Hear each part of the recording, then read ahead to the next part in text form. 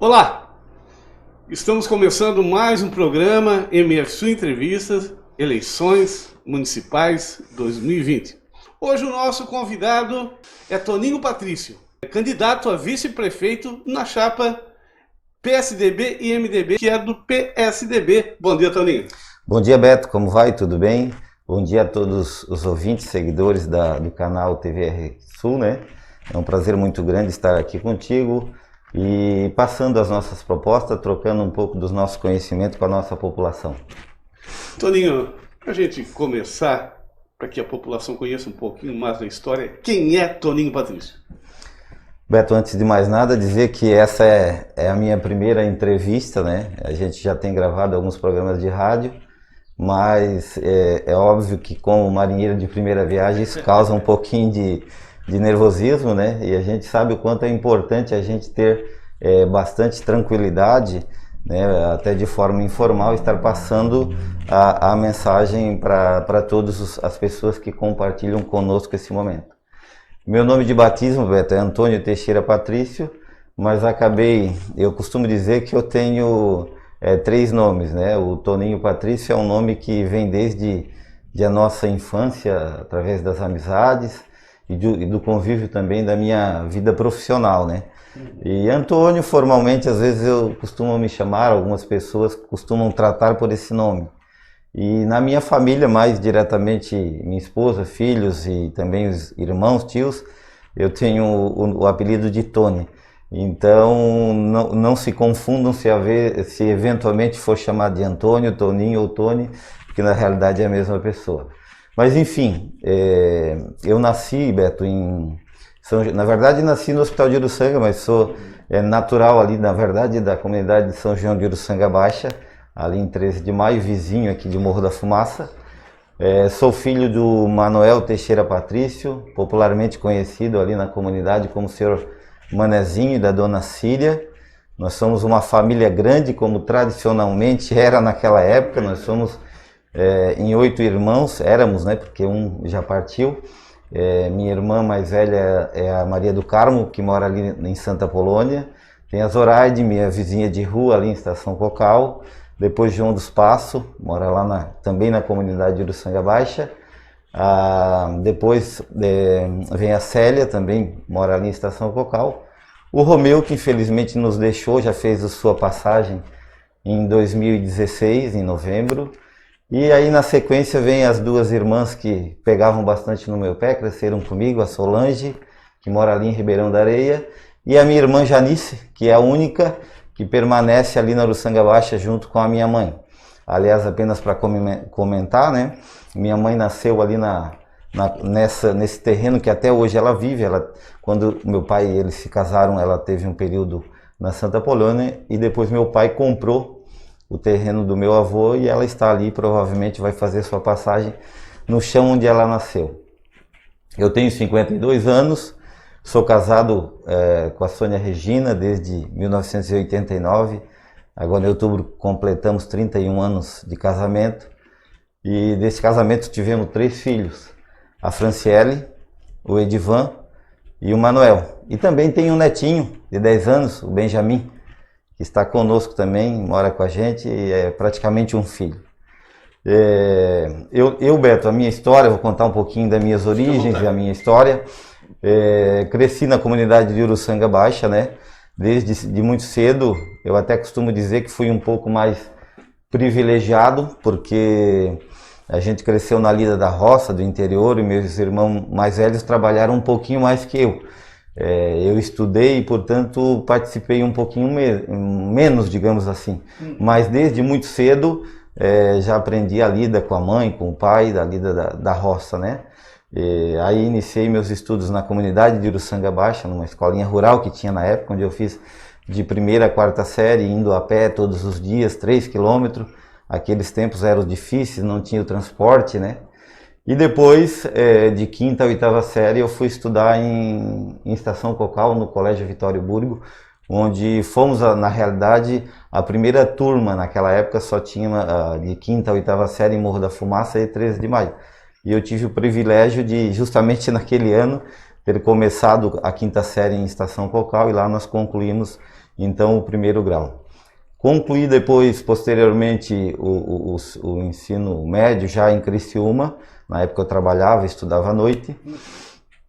E aí segui minha vida profissional. Iniciei trabalhei um período em Criciúma, na Industrial Conventos, aproximadamente 1 ano e meio.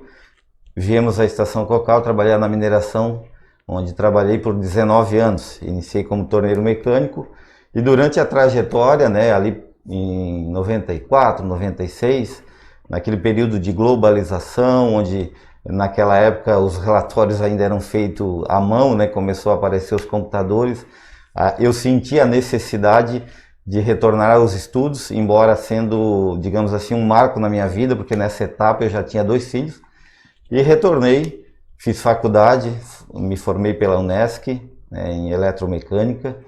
Realmente foi um período difícil, a gente saía às 6 horas da manhã, retornava às 11 horas, 11h30 aproximadamente, que naquela época nós tínhamos 2 ônibus, saía de Estação Cocal, trazia o pessoal até Morro da Fumaça, ali era dividido quem ia Unisul e quem ia Unesc, né?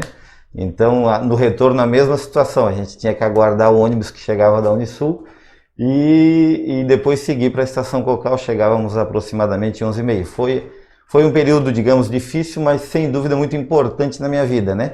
Minha esposa esteve ali me incentivando, me apoiando, superamos essa fase e sem dúvida me serviu de vários ensinamentos, além de uma lição de vida, adquiri muito conhecimento para o restante da minha trajetória.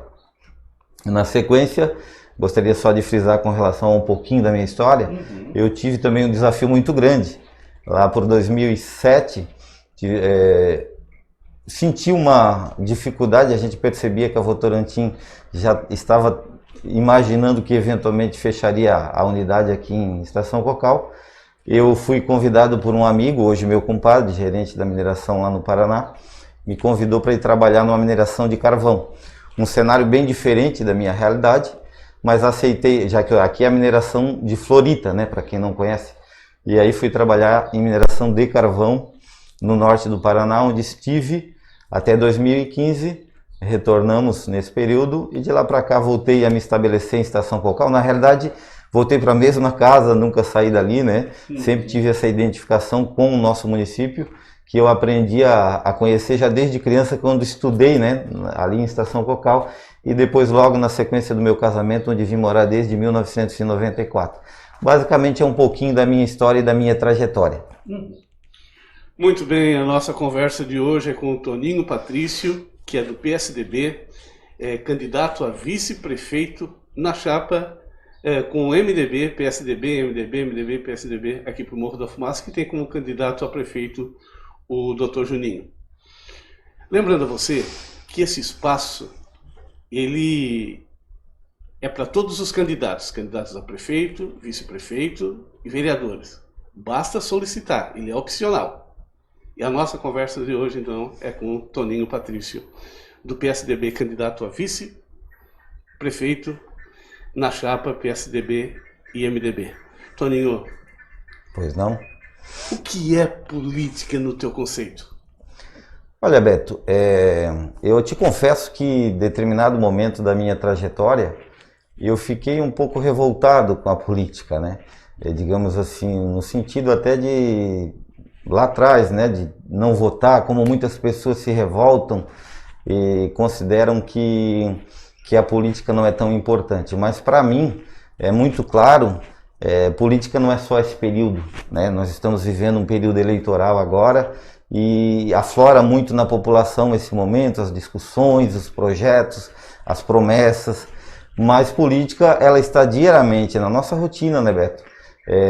A gente vai num supermercado, a gente vai na fila de um banco, conversa com um amigo, enfim, tudo gira em torno da política, tudo que nos rodeia, desde a saúde, educação, seja no transporte, seja até no supermercado, né? Nós estamos vendo recentemente aí uma alta muito grande dos produtos como o arroz, o feijão, né? Nós tivemos um aumento grande nesses últimos meses e lógico que isso tudo tem a mão da política, portanto, Beto, é importante a nossa população estar politizada, consciente, discutindo Lógico que eu até hoje, como cidadão, tinha digamos assim, um compromisso de discutir esses assuntos mais na minha comunidade, na minha família, no dia a dia.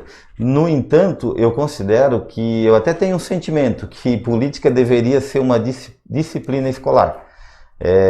Eu percebo, eu costumo avaliar política desde o início, pós-ditadura, início da democracia em 85, né?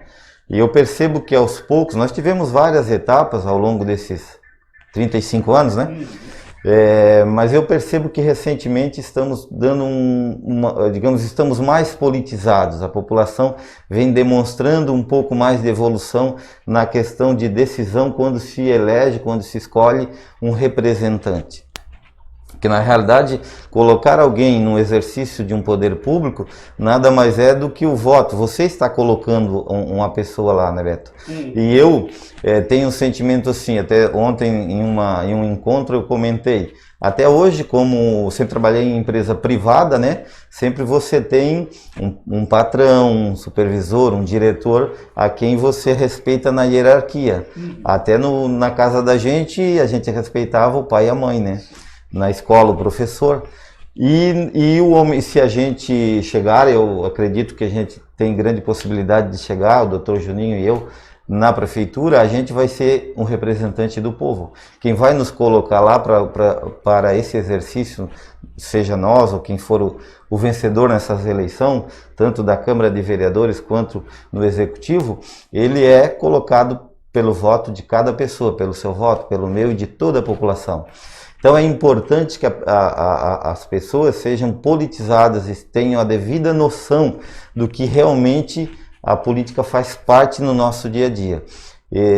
Eu sempre tive esse entendimento, sempre tive ao longo da minha trajetória um envolvimento social, né, na questão de ter um trabalho voluntário nas comunidades, desde a minha juventude já na comunidade de Uruçanga Baixa, como também na comunidade de Estação Cocal, Minas Florida, na qual a minha esposa ela é daquela comunidade, né? Ela é natural de Jacinto Machado, mas veio para ali com 4 anos, e a gente sempre teve uma contribuição voluntária na comunidade. E em todos os momentos da minha vida a gente não deixa de estar participando, seja numa reunião de bairro para reivindicar alguma coisa, mesmo no Paraná, quando a comunidade nos pede para estar participando e você tem o seu envolvimento, não deixa de ser um ato político, né? Porque as questões políticas, elas passam diretamente, sim, pelo executivo, pelo legislativo, né? Em Brasília também pelo judiciário, né? Mas elas, sem dúvida, dependem do envolvimento da população. É preciso que a população dê a sua parcela de contribuição, participe através dos seus conselhos, através das suas opiniões, para que o prefeito tenha um norte de trabalhar e o prefeito, o vice, toda a equipe, né, municipal, estadual ou até federal, possa, através dos anseios da população, definir lá o seu plano de governo e o seu norte para o bem-estar da população e o desenvolvimento daquela região, ou daquele estado, daquele país, daquele município, né?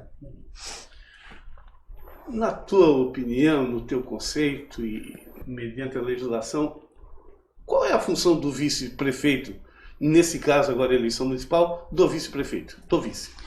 Olha, Beto, se você for analisar de forma respeitando a Constituição, ela atribui 2 funções ao vice-prefeito, que é a de substituir o prefeito em caso de uma necessidade, seja por um impeachment, uma cassação, ou até, enfim, um período no qual o prefeito e aí se refere aos 3 estágios, seja do presidente, do governador, que o vice existe nesses 3 patamares, né? Então, a principal atribuição de um vice é substituir o prefeito no caso da falta dele, até por morte, por exemplo. Mas também existe uma outra atribuição na Constituição, que ela diz que em qualquer necessidade o vice está ao lado do prefeito para atender toda a demanda do município, seja de políticas públicas, seja da saúde, né, seja da educação, da infraestrutura, agricultura, enfim, da realidade daquele município, daquele estado, daquele país.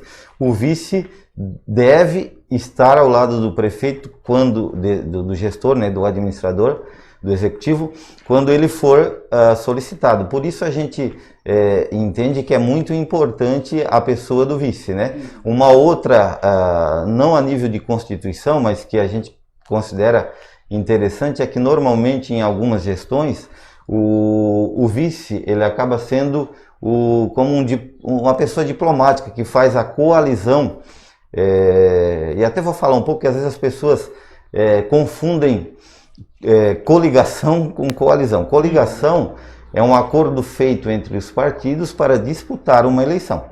No entanto, após a eleição, elege-se vereadores, ou no caso de estado, deputados e senadores também, de ambos os partidos. E a partir de 1º de janeiro, quando um governador, um presidente ou um prefeito toma posse, é preciso haver uma coalizão entre o administrativo e o legislativo, porque não é possível que um governo seja feito focado em apenas um lado, num partido ou numa bandeira. O prefeito, quando assume uma gestão, ele tem que governar para todos, assim como o legislativo também. Então existe uma coalizão, que é aquele, digamos, planejamento, organização do executivo com o legislativo em prol de governar para toda a cidade. Então, por isso, Beto, que é muito importante a população avaliar, e muitas vezes não acontece isso, né? Eu acho que eu, enquanto cidadão, também observei, a gente às vezes foca no presidente, foca no governador, foca no prefeito e não observa muito a figura do vice, porque ele acaba sendo um coadjuvante na eleição, não é verdade? Mas a população tem que estar ciente que no caso da falta do gestor lá, o presidente, o governador ou o prefeito, quem vai assumir é o vice. Inclusive nós temos exemplo no Brasil muito recente, né? Governo federal e governo estadual que o vice assumiu. Né? Exatamente, era isso que eu ia citar agora na sequência, porque se nós olharmos desde o início da democracia, nós tivemos lá a eleição de forma indireta, né, do Tancredo Neves, mas quem acabou assumindo foi José Sarney, né, que governou. E na sequência também já o então presidente eleito, né, Fernando Collor de Mello, acabou sendo impeachmentado e quem assumiu foi o Itamar Franco, né? E agora recente no estado de Santa Catarina, o governador Carlos Moisés, né, também está passando por um processo de impeachment e quem está assumindo é a vice. Então por isso a população tem que estar atenta e observar muito isso, porque se nós não colocarmos um vice-prefeito à altura do prefeito e numa eventual necessidade ele vier assumir, quem paga o preço é a população, né, Beto? Muito bem. A nossa conversa hoje é com Toninho Patrício, candidato a vice-prefeito, ele que é do PSDB, na chapa com o Dr. Juninho, MDB e PSDB. Lembrando a você que esse quadro é opcional, mas todos os candidatos podem reivindicar esse espaço para falar um pouquinho sobre suas ideias e suas propostas. Ligue para o telefone 996466868 ou em outro telefone que está circulando aí nas nossas redes sociais da TV Sul. No comunicado ali você tem outro telefone também que você possa se comunicar. Certo? Toninho, nas andanças que vocês estão fazendo, você e o candidato a prefeito na cidade, o que mais a comunidade tem conversado, tem pedido, tem dado sinais? Olha, Beto, é impressionante, até vou fazer um parênteses aí, depois eu respondo a sua pergunta.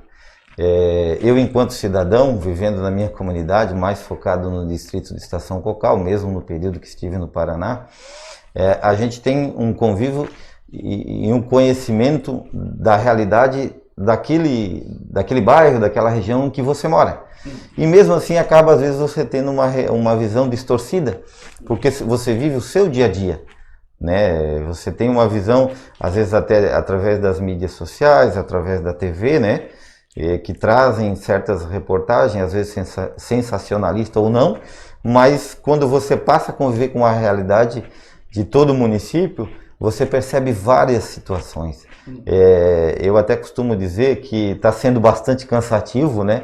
É uma experiência nova para mim e o nosso candidato a prefeito, o Dr. Juninho, porque é a primeira eleição que estamos participando, mas é uma grande experiência e é muito gratificante, tem somado muito, porque a gente está rodando todo o município, e até o doutor Juninho costuma brincar que na vida dele ele nunca foi tantas vezes na linha Cabral, né, que fica mais no extremo do nosso município, e realmente a gente às vezes vai uma festa de igreja ou um evento numa comunidade ou outra, mas você vai naquele momento com o fundamento de fazer um lazer, às vezes você não observa as necessidades de cada comunidade.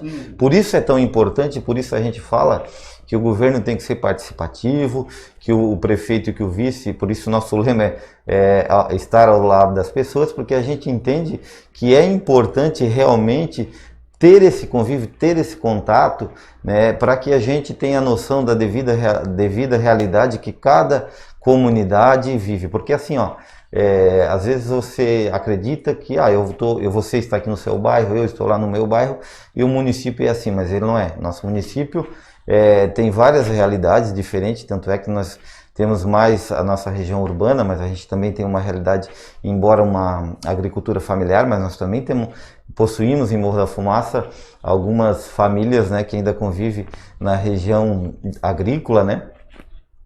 Mas assim, Beto, respondendo a tua pergunta, o que mais a gente tem visto, e isso é uma reclamação, digamos, até intensa da população, é a questão da saúde, né? Principalmente na questão de demora no atendimento a consultas com especialistas, exames e tal. Foi levantado para a gente, eu não sei se esse número é aproximadamente 4.000 pessoas na fila de espera.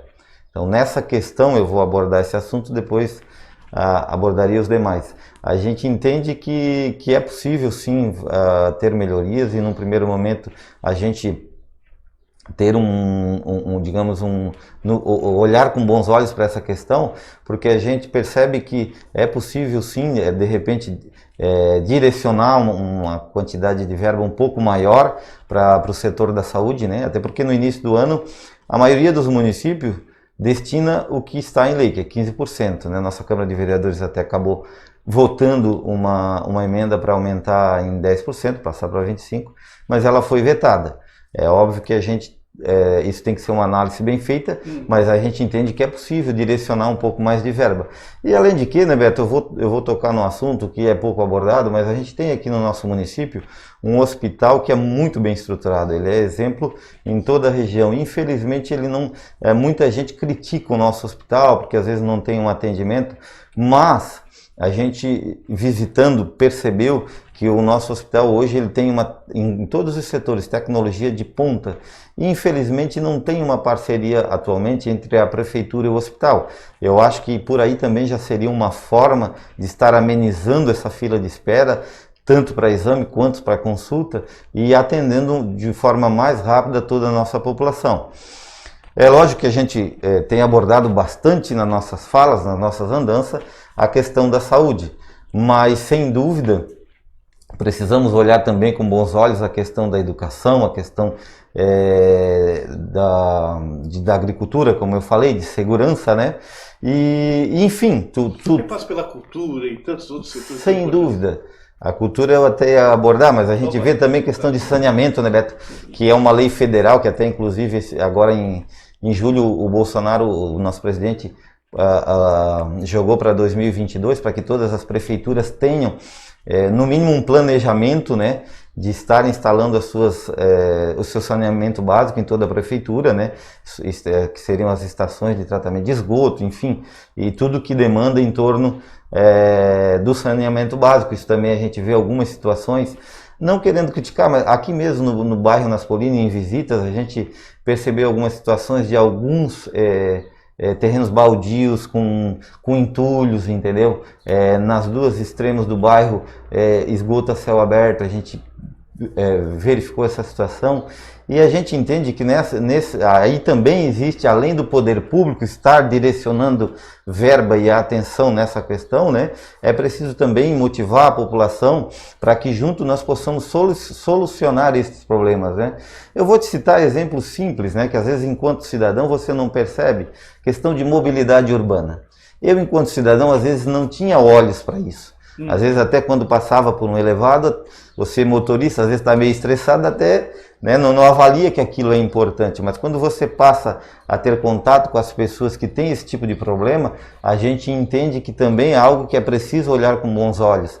Questão também, como você levantou, questão da cultura foi muito levantada em alguns bairros aqui, Estação Cocal também, né? A falta da prática de esporte, cultura, né? E por isso a gente tem um plano está no nosso plano de governo o objetivo de criar praças de eventos, né? Uma aqui em Morro da Fumaça, uma em Estação Cocal, no sentido de criar pontos locais adequados para uma caminhada, para um momento de lazer, seja da criança, do adulto, do grupo de terceira idade, mas enfim, não só nessa questão, incentivar a cultura de um modo geral. Nosso município, ele não, eu acredito, Beto, que se teve uma tradição, mas ele, de uns tempos para cá, tem perdido, né? Nós sentimos que é muito importante, sim, termos o momento de lazer e incentivar a cultura no nosso município.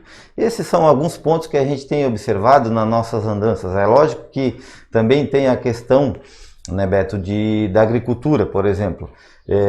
Eu percebo, visitando mais as comunidades de Linha Cabral e Linha Torres, e algumas reclamações com relação à falta de incentivo, e sem dúvida, eu que sou remanescente também da agricultura, a gente percebe que existe, é preciso olhar com bons olhos, estar presente, incentivar esse pessoal que mora no interior.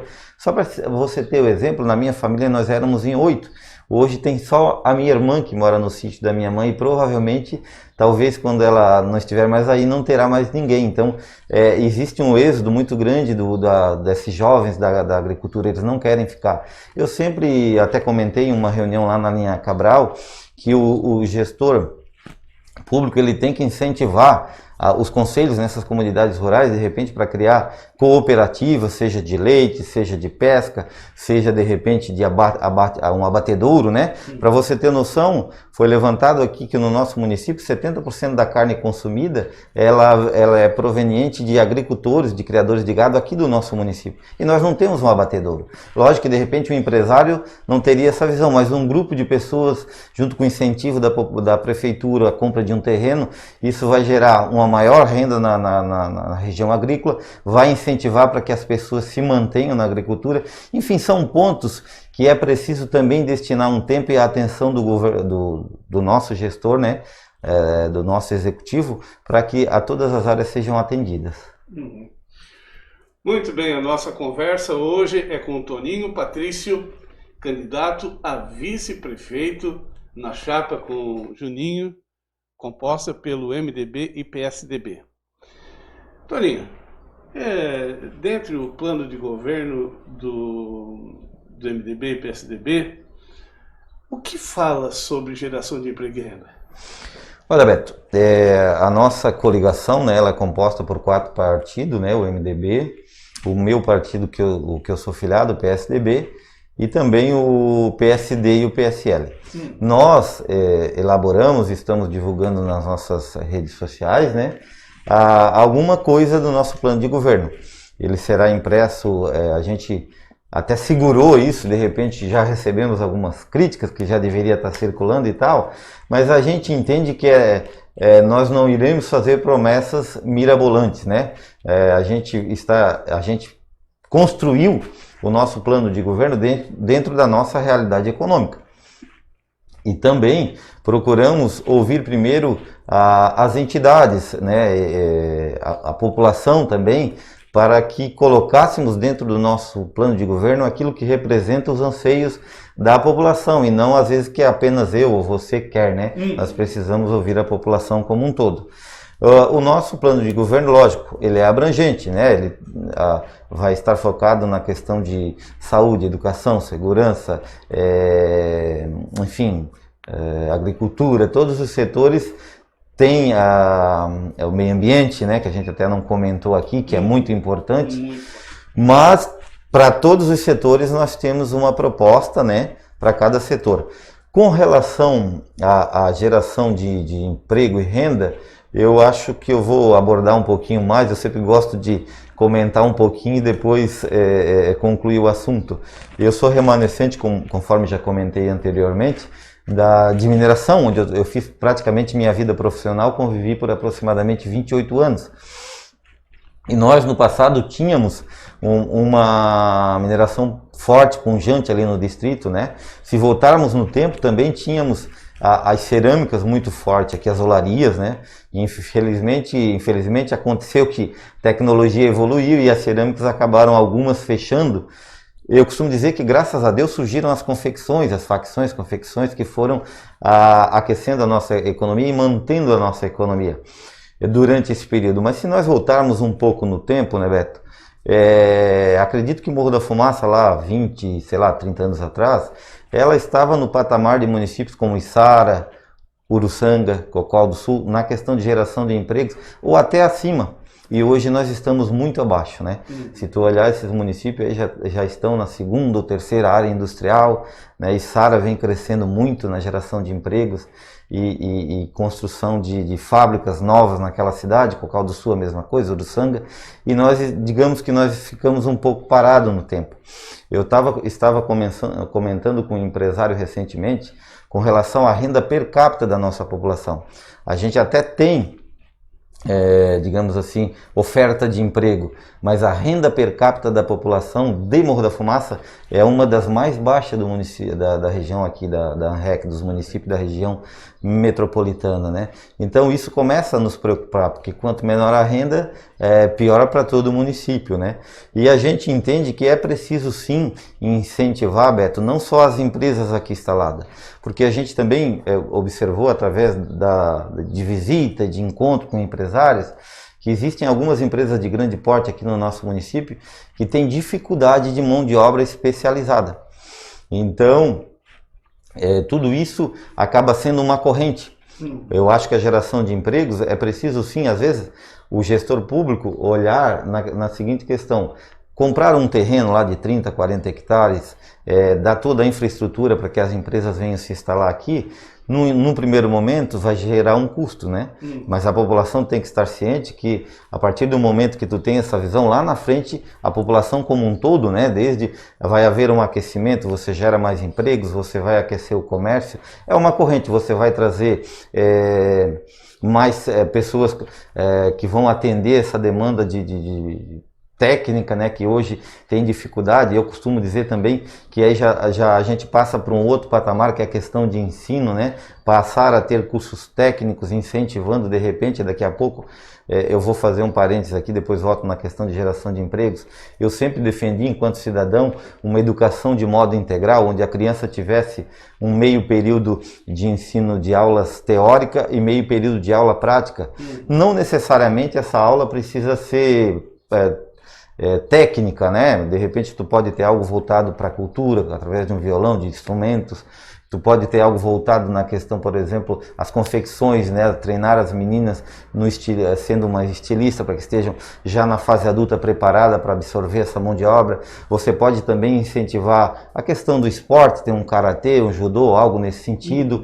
E também as questões técnicas, né? Buscar parceria porque é interessante para as empresas ela ter um curso técnico, e esse meio período pode ser absorvido nas escolas, né? É óbvio que isso a gente não vai colocar no nosso plano de governo, porque a gente entende que demanda custo, demanda profissionais habilitados para estar treinando as nossas crianças, né?